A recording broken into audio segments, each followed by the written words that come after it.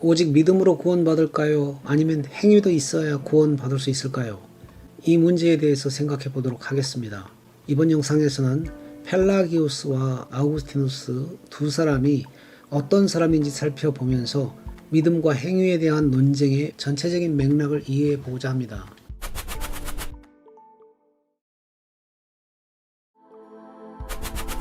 때는 AD 400년경이었습니다.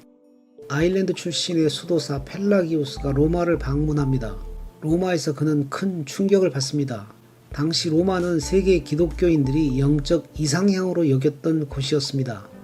하지만 펠라기우스가 목격한 로마의 교회와 성도의 삶은 형편없었습니다. 목회자들은 제국으로부터 후원과 특권을 누리면서 부유하고 사치스러운 삶을 살고 있었습니다. 성도들은 성경 지식이 천박했고 말로만 신앙을 떠버리며 사랑, 희생, 도덕적 순결과는 거리가 멀었습니다. 한마디로 이교도들과 하나도 다를 바가 없었습니다.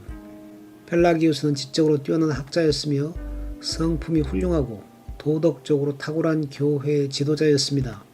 평생 엄격한 금욕적 수도사로서 살았던 그가 볼 때 로마는 영적 본향이 아니라 타락한 장망성 같은 곳이었습니다.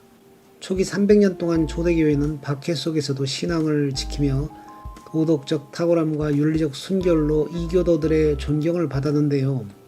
기독교가 공인된 지 겨우 80년 만에 로마는 타락한 도시가 된 것입니다.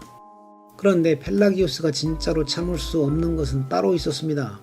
교회와 성도가 자신들의 잘못을 변명하는 핑계였습니다. 그들은 늘 이렇게 말했습니다. 수도사님, 우리는 연약해요. 아담 이후 인간은 다 죄인으로 태어났잖아요. 우리는 말씀을 지킬 능력이 없어요.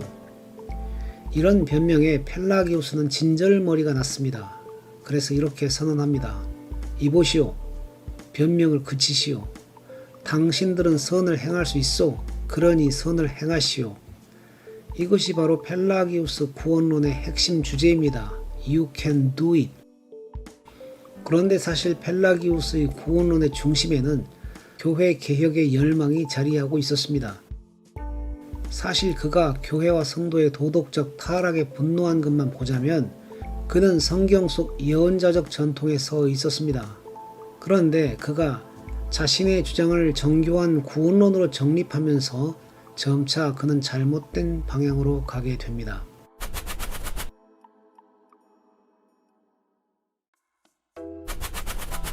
한편 아우구스티누스는 펠라기우스보다 6살 정도 많은 형이었습니다. 그는 북아프리카 누미디아 출신이었는데요. 법학, 수사학, 철학 등에서 탁월한 지적 능력을 갖추고 있었습니다. 10대 때 그는 오랫동안 마니교와 신플라톤주의 등 이방 종교와 이교 철학을 전전하며 영적으로 방황했습니다. 특히 그는 성적 욕망이 매우 강렬해서 10대 때 이미 사생활을 낳는 등 방탕한 삶을 살았습니다. 그가 나중에 암브로시우스의 설교를 듣고 기독교로 개종하기로 마음을 먹었지만 그의 성 중독 성향은 고쳐지지 않았습니다. 그의 유명한 기도문 나에게 성적 순교를 주소서 그러나 아직은 마소서는 당시 그의 번민과 갈등을 잘 보여주고 있습니다. 그러던 그가 밀라노 정원에서 놀라운 영적 경험을 합니다. 그날도 그는 자신의 내면에 두 의지가 서로 치열하게 싸우는 것을 느끼고 있었습니다. 로마서 7장 24절 오호라 나는 권고한 사람이로다. 이 사망의 몸에서 누가 나를 건져내랴는 바울의 탄식은 정확히 아우구스티누스의 신음이었습니다. 그런데 그때 담장 밖에서 아이들의 노는 소리가 들립니다. 톨레레게 톨레레게 책을 들어 읽으라 하는 뜻인데요. 그는 그 소리를 하나님의 음성으로 듣습니다. 그리고 앞에 있던 성경책을 펼쳤습니다. 그가 읽은 본문은 로마서 13장 13, 14절이었습니다. 낮에와 같이 단정히 행하고 방탕과 술 취하지 말며 음란과 호색하지 말며 쟁투와 시기하지 말고 오직 주 예수 그리스도를 옷 입고 정욕을 위하여 육신의 일을 도모하지 말라. 바로 그때 그는 마치 어둠이 걷히고 빛이 비치는 듯한 강렬한 영적 경험을 하게 되는데요.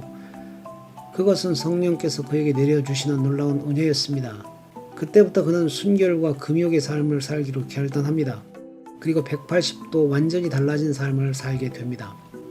이 경험은 아우구스티누스를 펠라기우스와 완전히 다른 방향으로 이끕니다. 그는 자신의 경험을 바탕으로 구원론을 수립하게 되는데요. 그의 구원론의 바탕은 무엇이냐? 인간은 전적으로 타락했다. 고로 인간은 전적으로 무능하다는 것입니다. 아무리 인간이 선을 행하고자 해도 인간은 자신의 능력으로는 절대로 선을 행할 수 없다는 것이 그의 구원론의 핵심입니다. You cannot do it.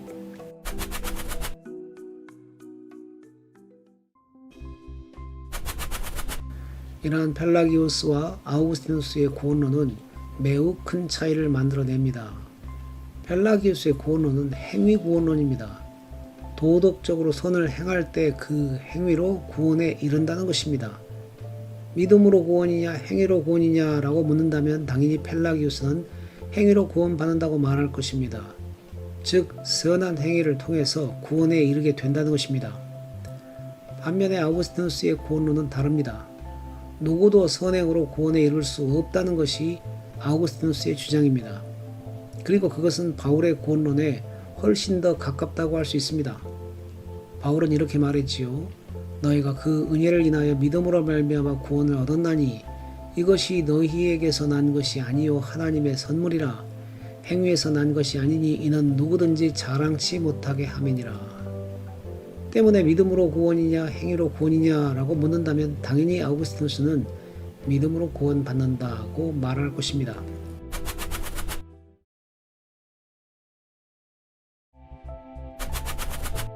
자, 그런데 분명히 짚고 넘어갈 것이 있습니다. 아우구스티누스가 비록 믿음으로 구원이라고 했지만 그도 당시 타락한 교회와 성도의 삶을 지지했던 것은 아니라는 것입니다. 그는 밀라노 정원에서의 경험 이후로 삶이 완전히 바뀌게 됩니다. 그는 수입이 꽤 괜찮았던 수사 교수직을 즉시 사임합니다. 왜냐? 세속적 명예와 부를 버리기 위해서입니다.